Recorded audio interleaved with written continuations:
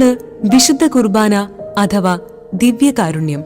യേശുക്രിസ്തു തന്റെ ശരീര രക്തങ്ങൾ തന്നെ നമുക്ക് നൽകുന്ന കൂദാശയാണ് വിശുദ്ധ കുർബാന അഥവാ ദിവ്യകാരുണ്യം. തളർന്നു കിടക്കുന്ന അടിയേറ്റ ശരീരത്തെ കിടത്തിയിട്ട് കരചരണങ്ങൾ വലിച്ചു നീട്ടി 4-5 ഇഞ്ച് നീളമുള്ള കാലിരമ്പിന്റെ ആണി കൈവെള്ളയിലല്ല കൈത്തണ്ടയിൽ, ഇവിടെയാണ് ആണിയടിച്ചത്. കൈത്തണ്ടയിൽ ആണിയടിച്ച് അവനെ കുരിശിൽ തൂക്കാൻ ആണിയടിക്കുമ്പോ ചോര ചാലുകീറി ഒഴുകിയത് കുർബാനയാവാനാണ്. അവന്റെ വിലാവ് കുത്തി തുളയ്ക്കപ്പെട്ടത് കുർബാനയാവാനാണ്.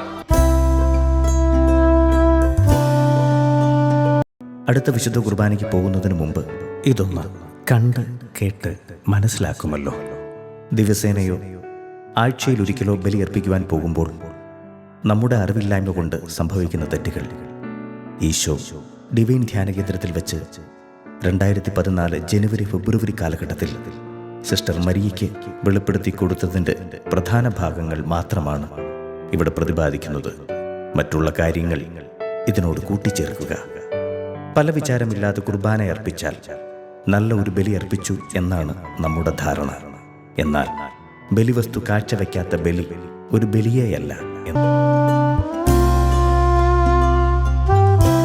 ലാൻചനോയിൽ ചരിത്രം കുറിച്ച ദിവ്യകാരുണ്യ അത്ഭുതം.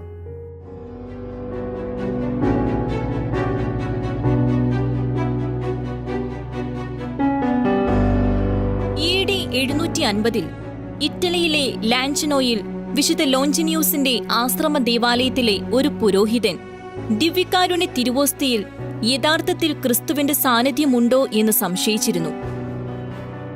ദിവ്യബലി മധ്യേ ദിവ്യകാരുണ്യം ആശീർവദിച്ചയുടനെ ഓസ്തി കർത്താവിന്റെ മാംസവും വീഞ്ഞ് തിരുരക്തവുമായി മാറുകയും അവിടെ സന്നിഹിതരായിരുന്ന എല്ലാവരും ഈ അത്ഭുതത്തിന് സാക്ഷ്യം വഹിക്കുകയും ചെയ്തു. എൻ്റെ പേര് മരിയ തെരേസ് റോയ്. എൻ്റെ വീട്ടിൽ പപ്പയും മമ്മിയും 5 പിള്ളേരുണ്ട്. ഞാനാണ് മൂത്തത്. ഈ നീറ്റ് 2024 എഴുതിയപ്പോൾ എനിക്ക് 700 out of 720 മാർക്സ് ആണ് ലഭിച്ചത്. ഇതെല്ലാത്തിൻ്റെ പിന്നാലെ ദൈവകരമുണ്ട്. എൻ്റെ ദൈവാനുഭവം എന്ന് പറഞ്ഞാൽ എനിക്ക് ബ്രില്യൻറ്റിൻ്റെ ഹോസ്റ്റലിൽ താമസം കിട്ടി, ഫുൾ സ്കോളർഷിപ്പും കിട്ടി, ഹോസ്റ്റലിൻ്റെ ഫീസും പേ ചെയ്യാതെ അവിടെ താമസിക്കാൻ എനിക്ക് അവസരം കിട്ടി. പക്ഷേ അവിടെ എല്ലാ ദിവസവും കുർബാന കാണാൻ പറ്റുന്നില്ല. എനിക്ക് കുർബാന കാണാതെ എനിക്ക് ആ ദിവസം ഇരുന്ന് പഠിക്കാൻ പറ്റുന്നില്ല. ദൈവമാണ് എനിക്ക് അനുഗ്രഹം കൊടുക്കുന്നത്. ദൈവമാണ് എൻ്റെ ഉള്ളിൽ വന്ന് എൻ്റെ ഉള്ളിൽ വസിച്ച് എനിക്ക് പഠിക്കാൻ കൃപ തരുന്നത്. അപ്പോൾ ഞാൻ എൻ്റെ പപ്പയും അമ്മയോട് ചോദിച്ച് വേറെ ഒരു ഹോസ്റ്റലിലേക്ക് മാറ്റി. അതൊരു സിസ്റ്റേഴ്സ് ഹോസ്റ്റലാണ്. അതിനകത്തൊരു ചാപ്പിളുണ്ട്. എല്ലാ ദിവസവും കുർബാന കാണാൻ അവസരം എനിക്ക് കിട്ടി. ഇടപെട്ട് ഉദാഹരണം പറഞ്ഞ വിശുദ്ധ കുർബാനയ്ക്ക് പോകുന്ന കാര്യം എല്ലാം നമ്മളെല്ലാം എല്ലാ ആഴ്ചയും സംസാരിക്കാൻ പോകുന്ന കാര്യം ഞങ്ങൾ ഒരുമിച്ചാണ് ചെയ്യുന്നത്.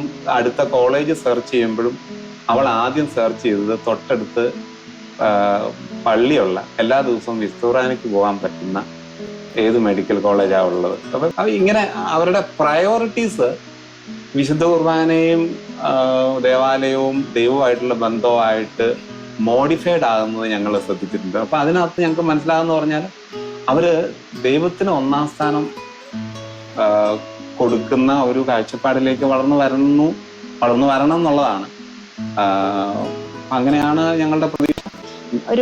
എല്ലാ ആഴ്ചയിലും ഞങ്ങൾ എല്ലാവരും സംസാരിക്കും.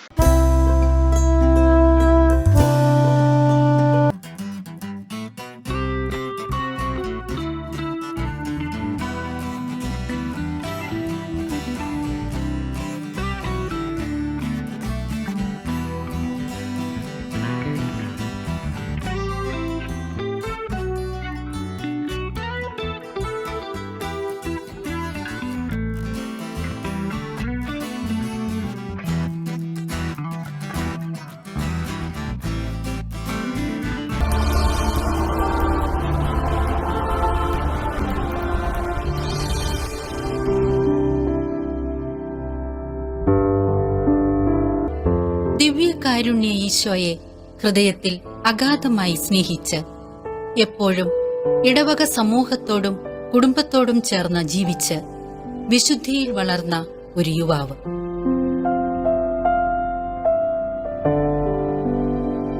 ഇന്റർനെറ്റിന്റെ വിവിധ സാധ്യതകളെ ഉപയോഗപ്പെടുത്തി ചെറുപ്രായത്തിൽ തന്നെ ദിവ്യകാരുണ്യ അത്ഭുതങ്ങളെ ഡോക്യുമെന്ററികളാക്കി ലോകത്തിന് സമ്മാനിച്ച പുണ്യജീവിതം.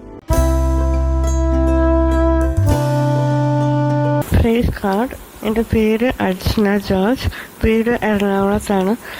ഒരു +1+2 കാലഘട്ടം മുതൽ എല്ലാ ദിവസവും മുടങ്ങാതെ വിശുദ്ധ കുർബാനയിൽ സംബന്ധിക്കാനും അതുപോലെ കൂടെ കുമ്പസാരിക്കാനും ഈശോ ഒത്തിരി സഹായിച്ചിട്ടുണ്ട്.